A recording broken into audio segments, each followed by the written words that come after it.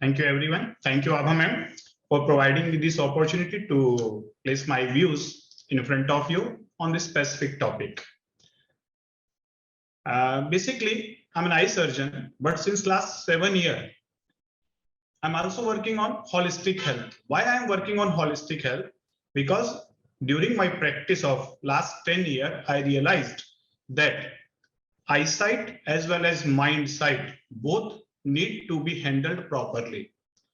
Nowadays, eyesight is also becoming weak. Simultaneously, mind sight is also getting problem. So, in the present scenario, in the 21st century, the century of information and technology, we are living in 21st century, the century of information and technology. But according to me, both are overloaded.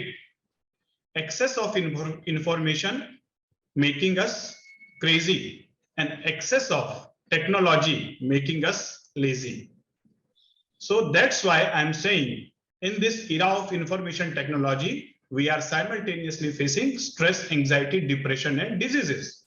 So we need to take care of eyesight, mind sight, and insight. Eyesight is what you see, mind sight is how you interpret what you see, and eyesight, insight is to use that mind sight in your favor. As Dr. Abha Singh ma'am is already doing talking on diet topic. So according to me, there are two types of diet. One is mental diet and one is physical diet.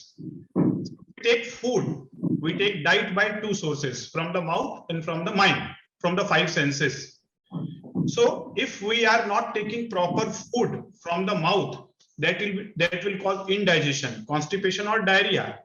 Similarly, we are not taking proper food from the mind, then it may cause mental diarrhea or the mental constipation. So we should take care of physical diet as well as mental diet. Both are very much important in this era of information and technology. Our mind nowadays are very much stressed. We are in hurry, worry, and curry. We are living with hurry, worry, and curry. And the stressed mind, overstressed mind, overburdened mind is very easy to be hijacked. So that's why I always say meditation is the need of the time. Need of the time.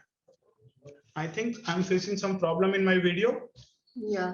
Yeah, just a minute. Yes, sir. Okay. I will make it correct. No issue. Okay. So जब हम बात कर रहे हैं इस topic की resilience in elderly patient, some problem in the video side. Okay, should I switch off my video? Yes, you can turn off your camera, sir. Okay.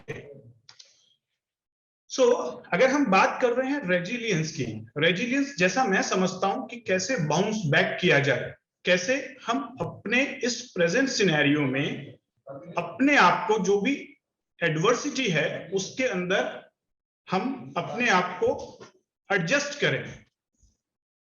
तो उस वे में खासकर एल्डरली की बात जब हम करते हैं तो लाइफ के अंदर बहुत सारे फास्ट चेंजेस आ रहे हैं, और जो हमारी एल्डरली पॉपुलेशन है वो उतने अकस्टम नहीं है उतने फास्ट चेंजेस को अडॉप्ट करने के. चाहे वो इंफॉर्मेशन टेक्नोलॉजी की बात कहें, चाहे टेक्नोलॉजी की बात करें, जैसे 4G से 5G आ गया है, जैसे आर्टिफिशियल इंटेलिजेंस चैट जीपीटी आ गया है. इतने फास्ट चेंजेस हो रहे हैं मीडिया के अंदर, सोशल मीडिया के अंदर, इन्वायरमेंट के अंदर. इतने फास्ट चेंजेस के लिए हम सब, हमारा ब्रेन नहीं बना है, और खासकर युवा वर्ग वो तो शायद अडॉप्ट कर भी लेता है बहुत जल्दी, लेकिन एल्डरली पॉपुलेशन जिन्होंने वो जमाना देखा है जब गिल्ली डंडे का जमाना होता था, जब मोबाइल नहीं था, जब टीवी का जमाना होता था, दूरदर्शन का जमाना होता था, और आज हम नेटफ्लिक्स और ओटीटी प्लेटफॉर्म के जमाने में जी रहे हैं. तो ऐसे में कॉप अप करना बहुत मुश्किल हो रहा है.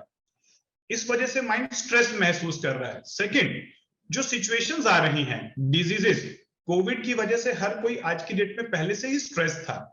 कोविड के बाद जो सिचुएशंस डेवलप हो रही हैं, लाइफस्टाइल डिजीज, साइकोसोमेटिक डिजीज, वो भी कहीं ना कहीं बहुत ज्यादा बढ़ गई हैं। एल्डरली अपनी प्रॉब्लम्स को लेके तो परेशान हैं ही हैं, लेकिन उनको अपने फैमिली का भी केयर है। छोटे बच्चे उनके अकॉर्डिंगली नहीं चल रहे हैं, क्योंकि एल्डरलीज को राइट वे ऑफ लिविंग मालूम है। I generally say the older people are the real ikigai of India. उनको अपने इश्यूज मालूम है, लेकिन उनको ये भी मालूम है उनकी फैमिली की रिस्पॉन्सिबिलिटी भी उन्हीं के कंधों पर है। और जब वो देख रहे हैं कि उनके बच्चे राइट लाइफस्टाइल अडॉप्ट नहीं कर रहे हैं, राइट वे ऑफ थिंकिंग नहीं है, उनकी फिलॉसफी गलत होते जा रही है, तो ये भी अंदर उनके अंदर एक इनकॉन्ग्रुएंस पैदा कर रहा है। Side by side old age की वजह से उनकी जो इश्यूज हैं, आर्थराइटिस है, डायबिटीज है, हाइपरटेंशन है, नेचुरल है, बट नेचुरल एजिंग की वजह से अपने इश्यूज आएंगे। ये इश्यूज भी उनके अंदर में स्ट्रेस पैदा कर रहे हैं। तो ऐसे में अपने आप को कैसे रेजिलिएंट रखा जाए, यही आज का टॉपिक है।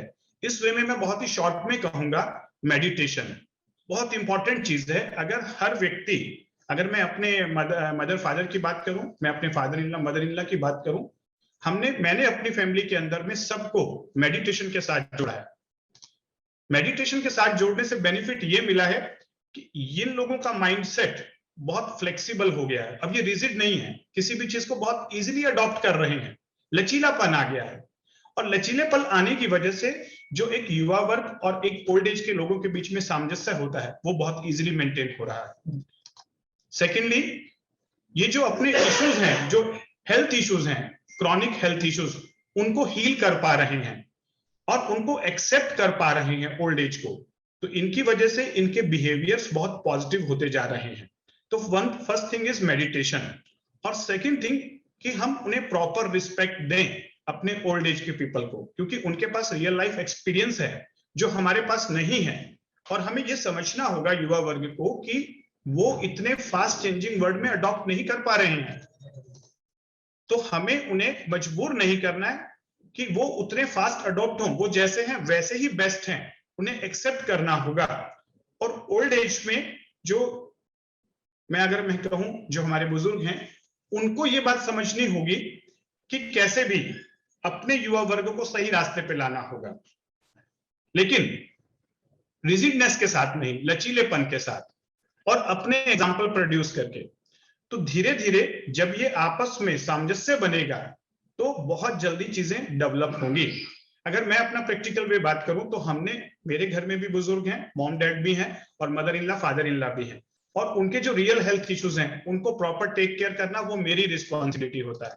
तो मैं उनको पहले से समझा चुका हूं कि आपके रियल लाइफ इश्यूज आएंगे ही आएंगे, आपको उनके लिए स्ट्रेस नहीं होना है, तैयार रहना है, कॉप अप करना है, और रेगुलर एनुअल हेल्थ चेकअप जो कि बहुत जरूरी हो जाता है इस समय में, वो करवाते रहें ताकि बहुत सारे इश्यूज को प्रिवेंटिव लेवल पर ही ठीक करें। दूसरा है लाइफस्टाइल मॉडिफिकेशन, डाइटरी मॉडिफिकेशन और मेडिटेशन। ये जो 3 पॉइंट फार्मूला है, ये अगर हम उनको अडॉप्ट करवा देते हैं तो बहुत सारे डिजीज को पहले से ही बच सकते हैं। थर्ड पार्ट है कम्युनिकेशन, कि उनके साथ मैं डिनर टेबल पर बैठकर, डिनर हम सब लोग एक साथ लेते हैं, और डिनर के दौरान जो भी उनके इश्यूज हैं वो सुनना जरूरी होता है। बी ए गुड लिसनर, वहां पर हमें नहीं बोलना है, उनसे पूछना है वो कैसा फील कर रहे हैं, उनके क्या इश्यूज हैं, हम उन्हें कैसे टाइम दें।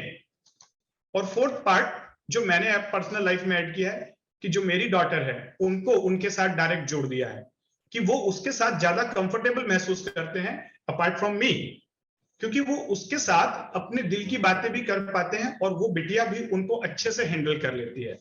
तो मुझे लगता है ये 4 चीजें, lifestyle modification, dietary modification, meditation, communication, old age और यंग चिल्ड्रन, इन दोनों का कॉम्बिनेशन, शायद ये कुछ पॉइंट्स हो सकते हैं जो डे टू डे लाइफ में रेजिलियंस में बहुत जल्दी हेल्प करेंगे।